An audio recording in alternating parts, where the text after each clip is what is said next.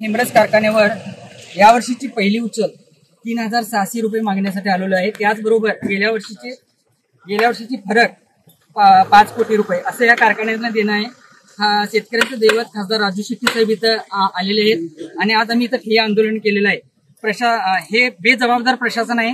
शेतकऱ्यांना इथं पाण्याची सुद्धा इथं व्यवस्था केलेली नाही। इतकेही मुरदाड हे कारखानदार आहेत।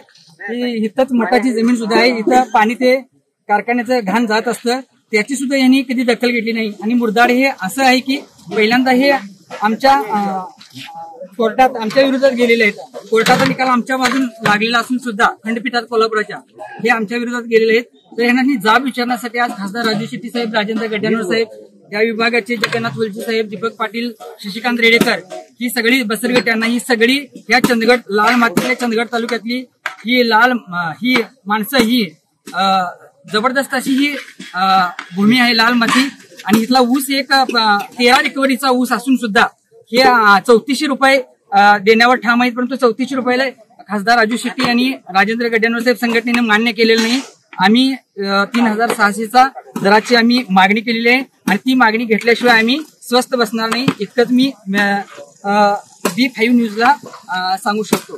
स्वाभिमानी शेतकरी संघटनेचा खासदार राजू शेट्टी साहेबांचा, राजेंद्र गड्याणवर साहेबांचा। नाव राजू पाटील, माझं गाव हलकर्णे, मी स्वाभिमानी शेतकरी संघटना गडिंग्लज तालुका उपाध्यक्ष।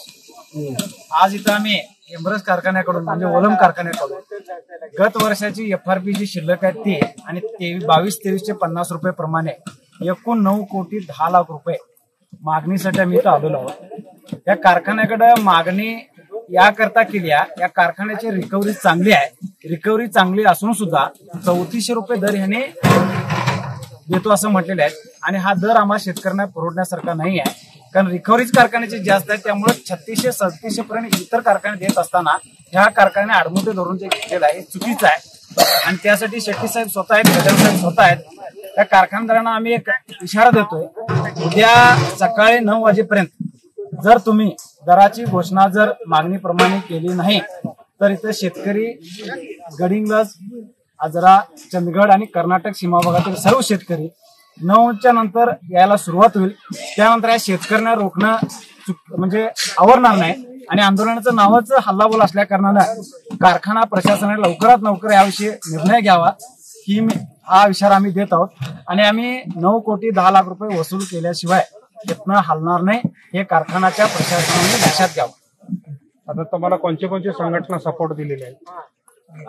आता कर्नाटकातील रयत संघटना आहेत आणि माजी आमदार आणि माजी फलोत्पादन मंत्री शशिकांत नाईक साहेब आहेत आणि चंदगडचे आमच्या चंदगडची रांगडी जनता आहे, शेतकरी आहेत, आजऱ्याचे आहेत, गडिंग्लजचे। आम्ही स्वतः स्वाभिमानीचे सर्व कार्यकर्ते आहोत। उद्या कोल्हापूर जिल्ह्यातील सर्व स्वाभिमानीच्या कार्यकर्त्यांना निरोप दिलेला आहे गावागावामध्ये 9 वाजता कारखाना स्थळावर इथे यायचा आहे। त्यावेळेला काय निर्णय कारखाना प्रशासन घेते बघूया अशी आमची त्यांच्याकडनं मागणी आहे। आपलं नाव? माझं नाव राजू पाटील। धन्यवाद।